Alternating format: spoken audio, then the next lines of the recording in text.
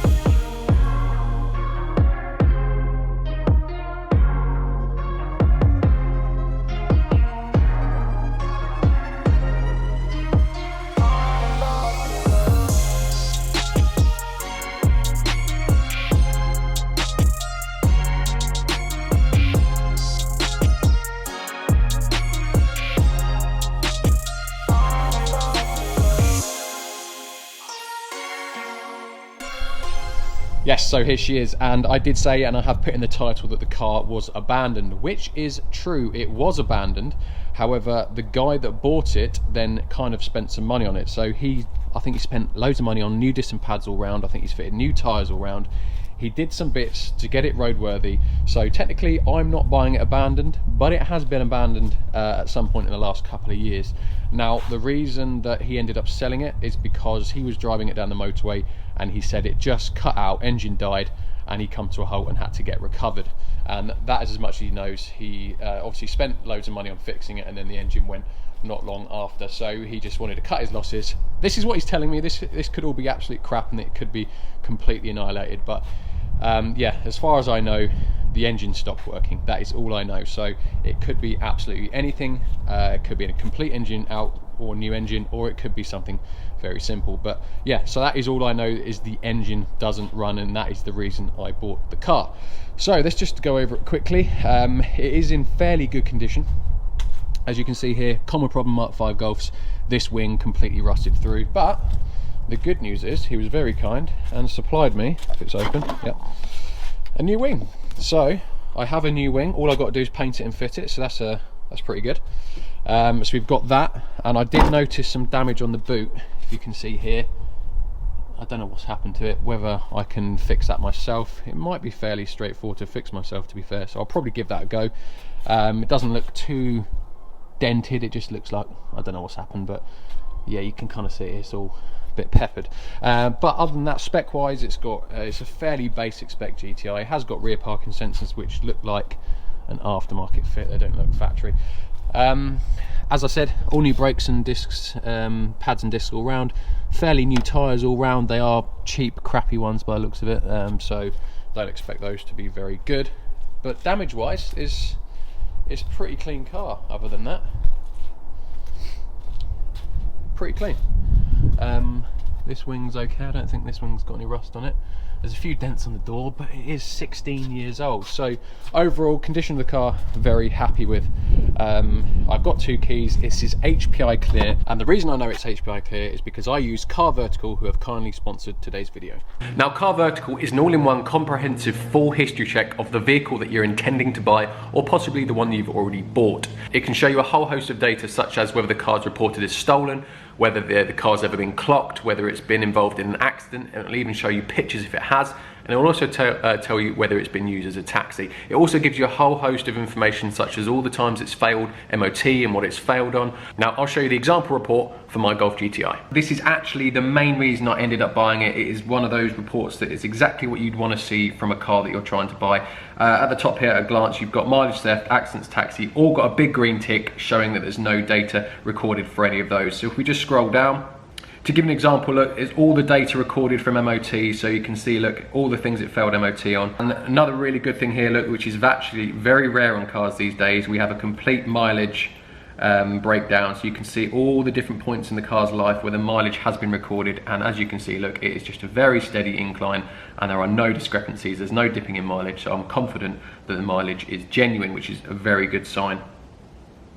And another good thing, there is no damage, which is quite rare for me buying a car, but there's been no damage for this vehicle. So to give you an example, I'll show you an example of a bad report. So here's an example of a bad report, and as you can see straight away at the top, look, we have accidents highlighted with an exclamation mark showing there is damage. There is obviously no issue with mileage, theft or taxis, so we can ignore those for this one. So as you can see here, we have the damage recorded. It gives you the exact month and the year that the damage was recorded. It also shows you everywhere that the damage has been recorded and gives you an estimated repair cost. We'll see the photos from the auction that it was sold at in 2017 in July. So as you can see here, look, here are all the photos. So if you do know the car is damaged and you're intending to buy it, there's one good thing, you know at least where to look for the damage to make sure it's been repaired correctly. Alternatively, if you weren't expecting to see any damage, you know that you've just saved yourself a lot of pain and avoiding buying that car. So there we go. I always do the CarVertical checks when I'm buying, or just before I buy a car, just to make sure it's exactly what I'm expecting, and it can save you a whole lot of and money if the car is not what you expected. So guys, if you click the link in my description, takes you over to their website and you get an extra 10% off with my link, guys. So yeah, check them out, and a massive thanks to CarVertical for sponsoring today's video. This isn't a salvage car, it's not been crashed, not been written off, we just have mechanical issues. I do have a head unit. I don't know if I've actually got that radio. Oh no, there you go. I do have it. There you go, so it's fine. So I've got a whole host of receipts here, look, of money that things he spent on the car.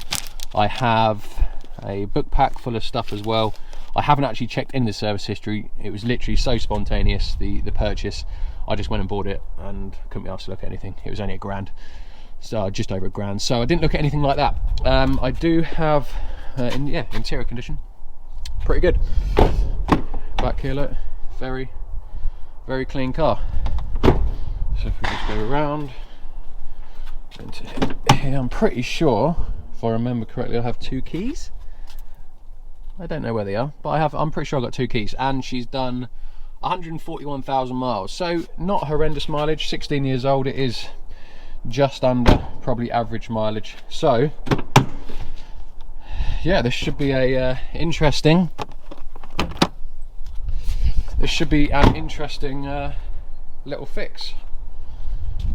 We'll just go under the bonnet, and we'll see here we've got the 2-litre turbo, 200 PS or 220. I'm not even sure. It's been so long, but everything looks nice and tidy.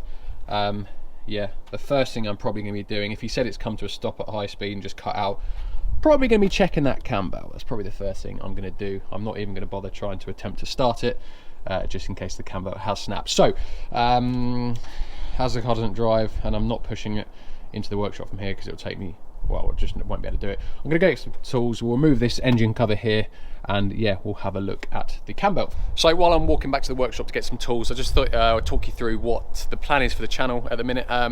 I'm quite liking the idea of having like a cheap project car and then a more expensive salvage car. So like the Golf 1.6 that I've just finished, the Golf GTI will be replacing that as the next cheapish project car.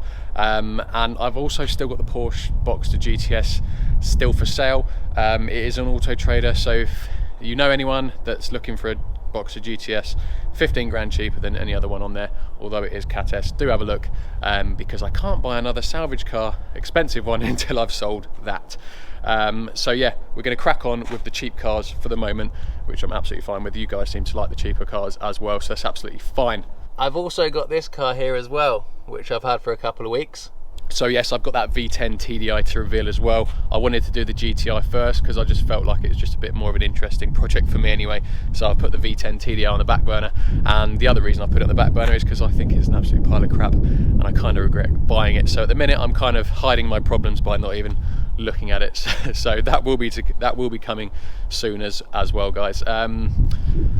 So yeah, let's go get some tools. And while she's on the ramp, I'll give you a quick update on the Skoda Octavia, which I still have. As you can see, she's been an absolute beaut over the last year. For those of you who know that I moved house probably about 8 weeks ago, there will be a video to come on that over the Christmas period, but she has been instrumental in helping us move house. The amount of trips I've done backwards and forwards to that, the boot size, epic. She has done just under 200,000 miles, and as I say, I've owned her for, I don't even know how long, over a year now. Unfortunately, she did fail MOT the other week, but on very minor things. If anything, I thought it was a bit unfair. So the drop links up there, both sides. The cover is just come away at the top. The official line is allowing the ingress of dirt, which is why it's failed. I think that's harsh. It's barely anything on both sides. And the other thing is there's a little bit of play in this bush here. So good news is a couple of drop links in that bush was only like 35 quid. So I'm going to get that fixed, get her back on the road, and yeah, she can still motor on.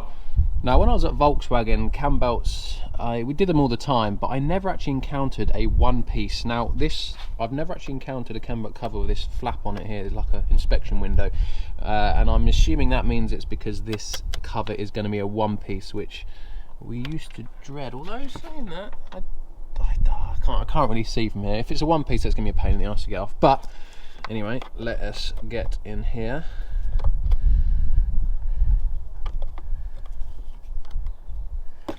And have a look.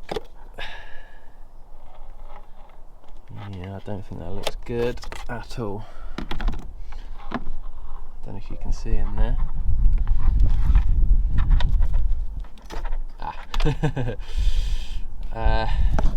Let me get my torch is dead, so let me get my phone.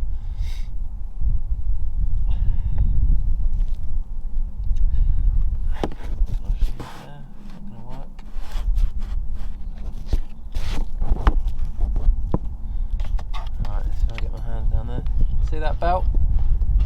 Very loose. So there we go, found our issue already. Whether that's a good thing or not, I don't know. So there we go, guys, already found the issue. I had an inkling it was gonna be the issue anyway, considering it just stopped on the motorway. Whether he's tried to restart it or not, I just don't know. These are interference engines, so there are chances that the pistons could have hit the valves. And if that's the case, then yeah, the engine's going to be pretty knackered, and we're going to have to either A, find a second-hand block and possibly a head, or B, go ahead and rebuild it. I don't know what obviously we're going to do yet because I haven't got that far. So the first thing we're going to do is get it into the workshop, and we're going to strip the side of the engine down, put a new cam bolt on it, and go for a start and see what happens. We'll probably turn it over first before I go for a start to see if I can get full rotations. Yeah, fingers crossed it just needs a new belt and it will start absolutely fine. However, the chances are, yeah, we may need to go a bit further than that. So yes, guys, that will be it for today's video. More of an introduction and a fault finding mission. The fault finding mission is a lot quicker than I anticipated. So yeah, that is my new Golf GTI. She's got a buggered engine, cam belt snapped, and we're going to fix her. So as always, guys, thank you very much for watching. In the next video, I will be struggling to get this into the workshop, onto the ramp, and as I say, get that cam belt changed for a new one, and yeah, see if she starts. So as always, guys, thank you very much for watching. I hope you did enjoy the Golf GTI. Let me know in the comments if you want to see more videos like this, or if you're happy with my purchase. So yeah, thank you very much for watching, and I'll see you in the next one. Cheers, guys.